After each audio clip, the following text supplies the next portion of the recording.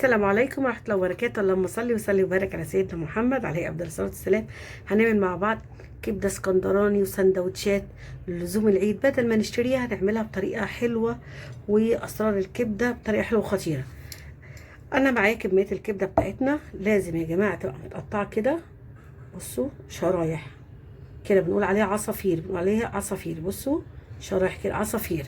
والكبده يا جماعه ما بتتغسلش، ما بنغسلهاش. ومحضره معايا شويه توم كده، على قرن فلفل حار كده، على رومي، وده على حسب الرغبه. انا هاخد الفلفل بتاعنا ده مع التوم وهضربه في الهون يا جماعه، او تضربوه في الكبه، بس انا هضربه في الهون بشويه ملح. انا دقيت يا جماعه الفلفل مع التوم كده، احط كده في الطبق. الكميه بتاعتنا كده بسم الله ما شاء الله.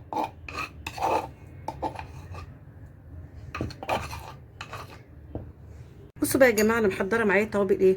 ده ملح، الملح طبعا على حسب الرغبه، وكمون وفلفل اسود وشطه حسب الرغبه، وكزبره دي ضروريه. وبحب احط لها نص معلقه صغيره شاي كده كاري يا جماعه. الكاري بديلها طعم ولون حلو. هنقلب بقى التوابل بتاعتنا دي كلها مع كده مع بعض. هحط لها بقى كده ايه شويه زيت، شويه كده زيت عشان اقلبها ايه بيها. قلب التتبيله بتاعتنا كده كلها مع بعض.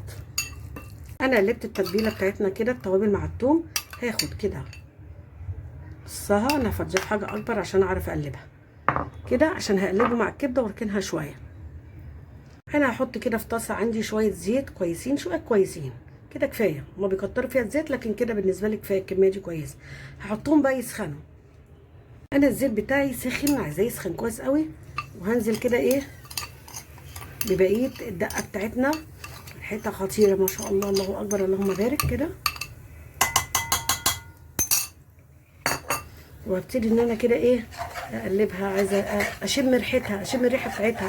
مش عايزاها تستوي احرق، لا انا عايزه اشم ريحه الدقه بتاعتنا، الثوم مع الفلفل مع التوابل.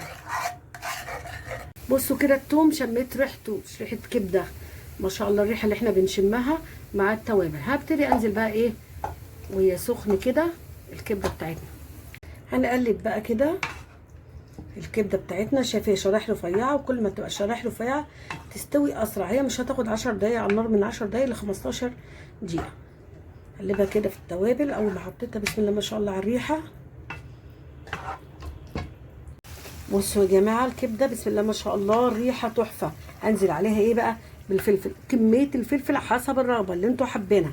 قطعت رومي على قرن حار كبير، دي على حسب الرغبه يا جماعه.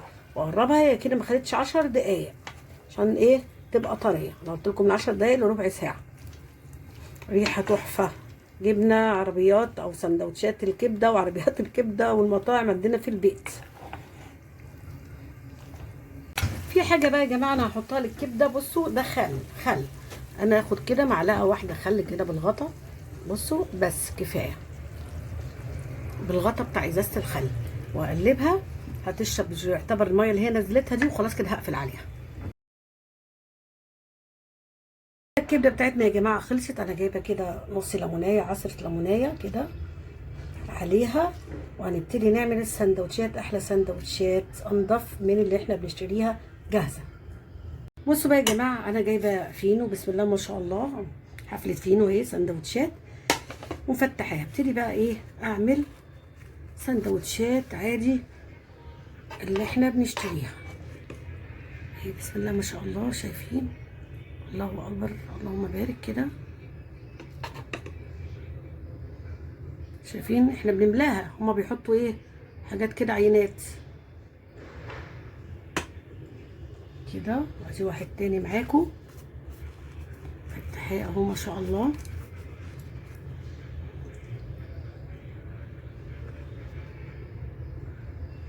اهي ما شاء الله.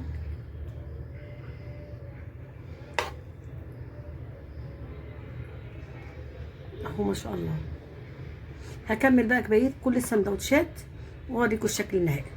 بصوا بسم الله ما شاء الله، انا عملت كميه سندوتشات وحاطه بقى معاها مخلل مشكل، وانا عملت معاكم قبل كده فيديو.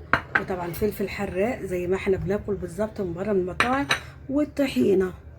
كله بايدينا في البيت. انا هاخد بقى كده بسم الله ما شاء الله سندوتش. شايفين السندوتشات بتاعتنا على الطحينه اهي ما شاء الله.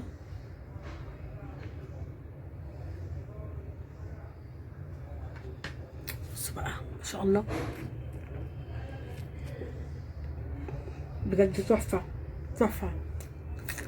هنخلل عملنا سندوتشات بايدينا نظيفه بسم الله ما شاء الله، زي اللي احنا بنجيبها بس انضف، جاهزه بالمطاعم او عربيات الكبده. اللي اتفرج على الفيديو بتاعنا ويعجبه دعمنا بلايك واشترك في القناه وفعل الجرس عشان يوصل له كل جديد. وكل سنه وانتم طيبين.